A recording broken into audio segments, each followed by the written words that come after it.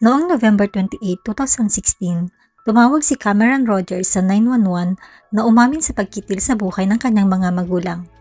Natrace ang tawag sa isang abandonadong itinatayong gusali na matatagpuan sa Montreal. Nang sunduin ng mga opisyal si Cameron sa gilid ng kalsada, ay nakahinga siya ng maluwag. Siya ay mabilis na dinala sa kustodiya kung saan ay nabunyag ang nakakatakot niyang ginawa. Isang linggo bago noong November 20, 2016, si Cameron ay naghihiwa ng melon sa kusina habang ang kanyang ina na si Meryl ay inihahanda ang mga herbs para sa ulam na lulutuin niya na dadalhin sa isang party. Inaasahang dadalo ang pamilya sa isang party sa hapong iyon at inihahanda nila ang kanilang mga dadalhin. Ngunit habang naghihiwa si Cameron ng laman ng melon, ay isang madilim na plano ang pumasok sa kanyang isipan. Paano kung kikitlin niya ang buhay ng kanyang mga magulang?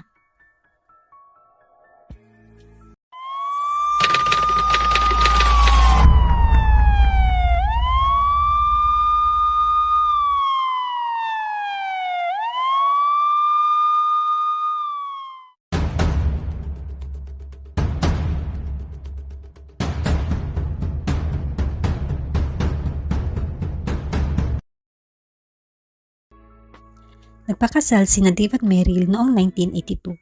Nag-aral ng journalism si Dave Rogers sa Carleton University at nagtatrabaho bilang isang Ottawa Citizen reporter sa loob ng 37 taon bago nagretiro.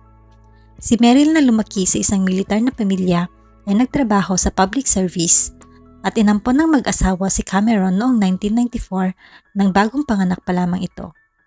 Tuwang-tuwa sila na sa wakas ay naging mga magulang na sila at binuhusan si Cameron ng pagmamahal, pangangalaga at atensyon.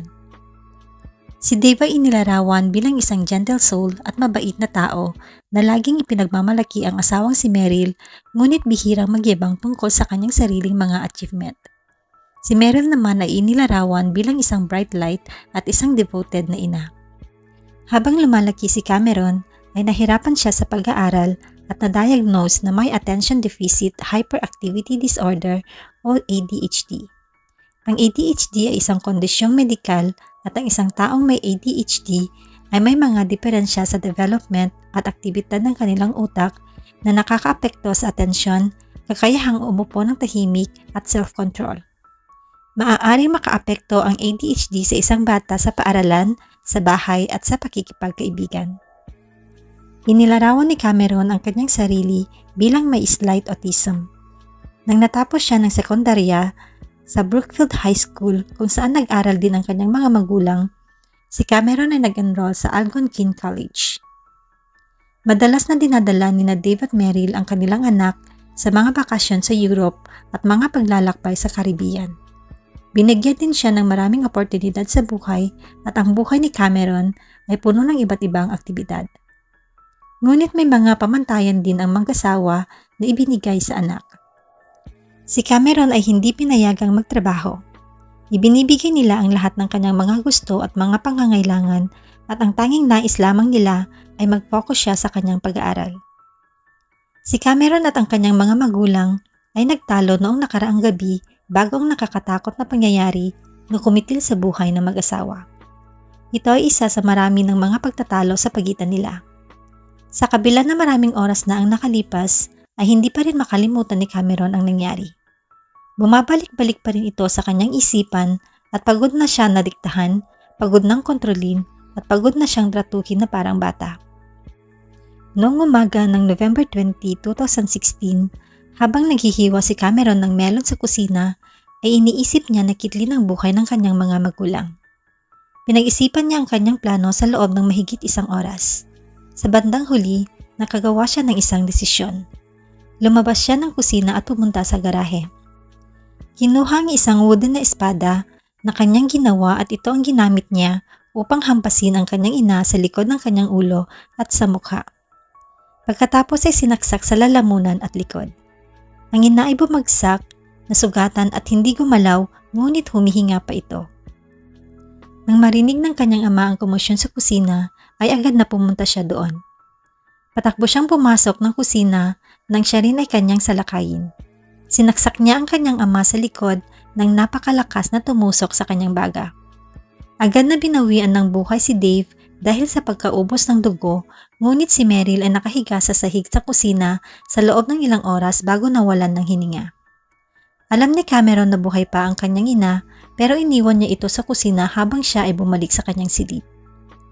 Hapon ng araw ding iyon ay tumawag ang kanyang dalawang tiyuhin, ngunit siya ay nagsinungaling at sinabi na may sakit ang kanyang mga magulang.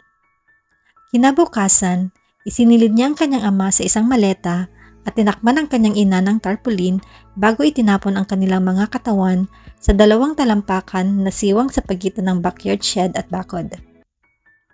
Pagkatapos ay nanatili siya sa kanilang bahay sa loob ng 1 linggo. Nilinis niya ang bahay at ang pinangyarihan ng krimen. Naghanap ng pera at makahalagang bagay sa bahay at nagplanong tumakas sa bansa. Noong November 28, 2016, kinuha ni Cameron ang $140 na cash mula sa mga wallet ng kanyang mga magulang. Dinala ang minivan ng pamilya sa istasyon ng tren sa Tremblay Road at sumakay ng tren papuntang Montreal. Pagkatapos ay nagpunta siya sa border ng Canada at US. Ang kanyang planong pagtakas ay nabigo nang hindi siya pinayagan ng border guard na pumasok sa Estados Unidos dahil wala siyang visa. Sumakay siya ng bus pabalik ng Montreal kung saan kalaunan ay tumawag siya sa 911 upang iulat ang nangyari sa kanyang mga magulang.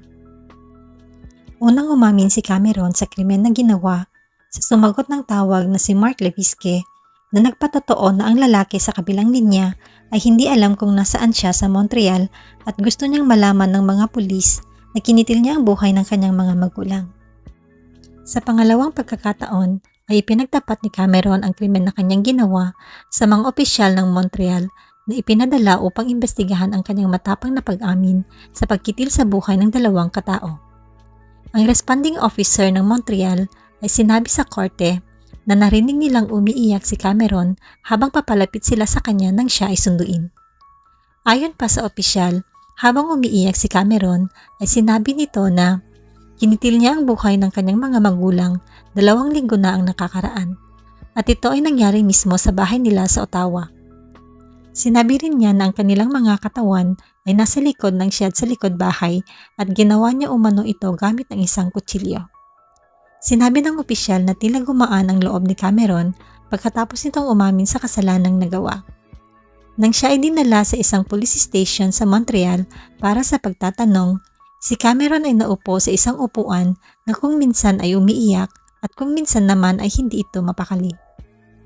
Ang mga Ottawa Police ay inabisuhan sa pag-amin ni Cameron at ipinadala ang kanilang mga opisyal sa tahanan ng mga Rogers kung saan ay natagpuan ng mga patrol officer ang mga katawan bago kinuha ng mga homicide detective ang kaso. Ayon sa forensic officer, natagpuan nila ang mga katawan ng mag-asawang Dave at Meryl na nakatago sa likod ng isang shed at matigas na ang mga ito. Ang mga forensic officers ay gumugol ng 5 araw sa pag-iikot sa bahay para kumuha ng mga ebidensya. Nakahanap sila ng mga ulo ng mop na may bahid ng dugo at iba pang mga ebidensya na nagpapatunay na sinikap na linisin ang lugar. Nahanap din nila ang mga armas na ginamit sa mga pagpatay. Sa unang paglilitis kay Cameron para sa kasong first-degree murder, ay sinabi niya sa kanyang abogado na pinagsamantalahan siya ng kanyang ama. Isang mistrial ang sumunod at kalaunan ay inamin ni Cameron na nagsinungaling siya tungkol sa sexual na pang-aabuso na una niyang sinabi. Si Cameron Rogers ay umamin ng guilty sa 2 bilang ng second-degree murder sa pagkamatay ng kanyang mga adopted parents na sina Dave Rogers at Meryl Glady Rogers. Siya ay sinintensyahan ng habang buhay na pagkakakulong na walang pagkakataong makapagparol sa loob ng 20 taon. Matapos niyang matanggap ang kanyang sintensya, sinabi ng kanyang tiyuhin na si Graham Glady na ang ginawa ni Cameron ay walang puso at natatakot siya sa araw na siya ay palayain.